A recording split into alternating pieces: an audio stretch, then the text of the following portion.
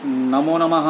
अहमस्मि डॉक्टर शुभेन्दु पाठक, अंशकालिक सहायक प्राचार्य दर्शन, पूर्णिमा राम प्रताप संस्कृत महाविद्यालय बेगनी, दरभंगा।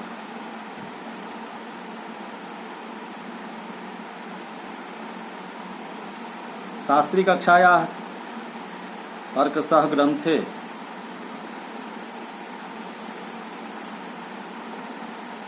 कतिविधमनुमान प्रियांशु छात्रः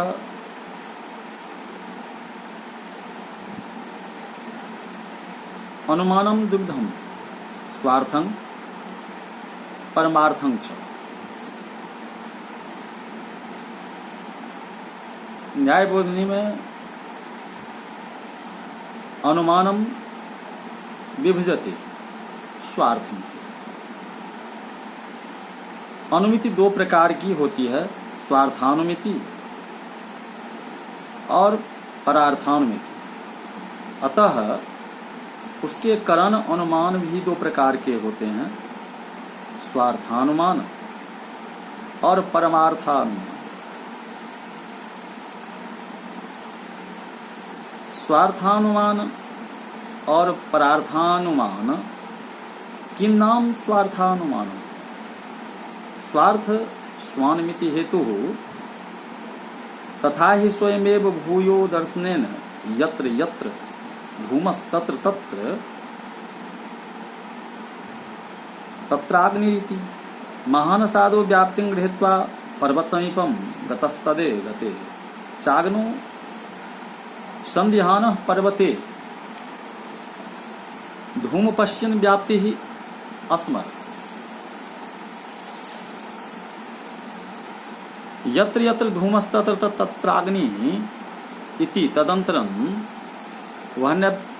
वह्निप्याप धूम वाणयं पर्वतः इति ज्ञानमुत्पद्यते। अयमेव लिंग परामर्शः इत्युच्यते। तस्मात् पर्वतो वह्निमा महिमानिति ज्ञानमनुमिति रूपद्यते। तदेव स्वार्थानुमानम्।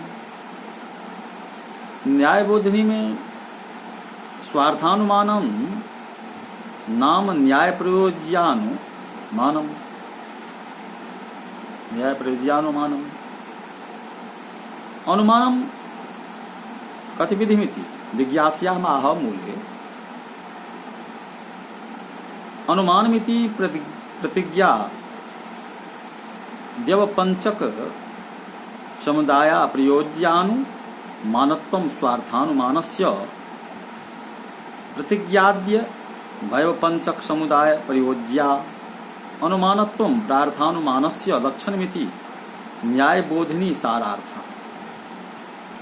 अर्थात स्वार्थानुमान वह व्याप्ति ज्ञान अथवा परामर्श है जो प्रतिज्ञा आदि पंचावयव वाक्य श्रवण के बिना ही उत्पन्न होकर अनुमति का संपादन करे। जैसे जो व्यक्ति रसोई घर आदि में यह बराबर देख रहा है कि जहाँ जहाँ धूम है वहाँ वहाँ आग है, फिर पर्वत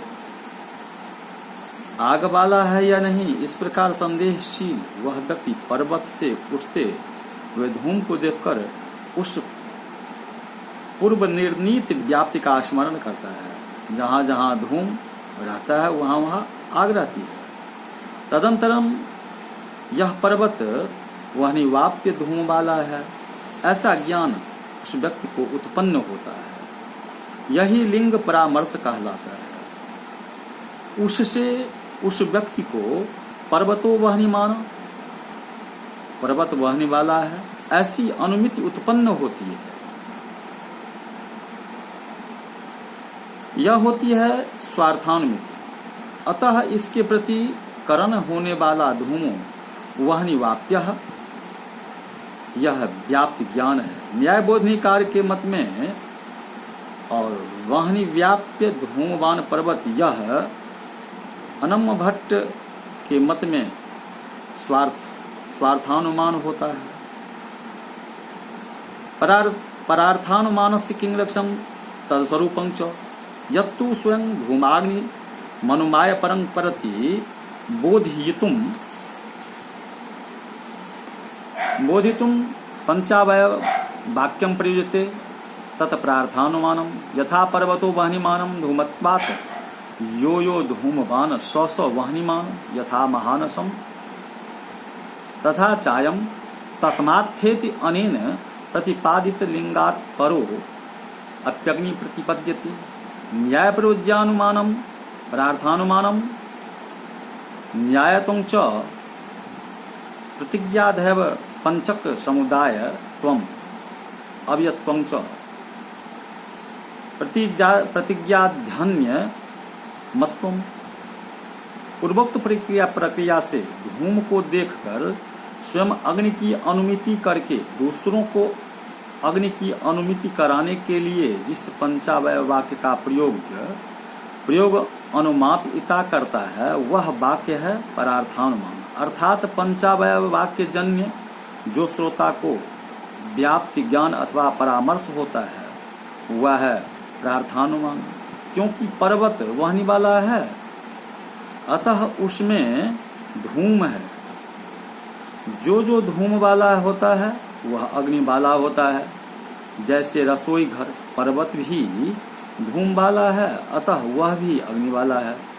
इस प्रकार उक्त वाक्य से धूम का ज्ञान होने पर श्रोता भी पर्वत अग्नि वाला है इस प्रकार अनुमिति करता है।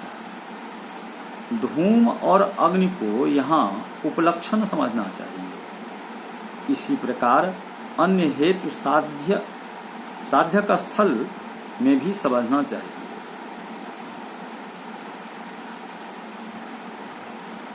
अब पंचावयवा प्रतिज्ञा हेतु उदाहरणोपनयन निगमनानि पंचावयवा पर्वतो वह्निमानमिति प्रतिज्ञा धूमत्वादिति हेतु यो यो धूमवान् स वह्निमानित्यम् उदाहरणम् तथा चायमित्युपनयः तस्मात्थेति निगमनम् स्वार्थानुमिति प्रार्थानुमित्यो किंग लक्षणम्। स्वार्थानुमिति प्रार्थानुमिति दोनों प्रकार अनुमिति के प्रति लिंग परामर्श अर्थात वह्नि वाप्य धूमवान पर्वत किंबा वह्नि वाप्यो धूम पर्वते यह ज्ञान करण होता है अतः वही लिंग परामर्श अनुमान अर्थात अनुमिति का करण है। इति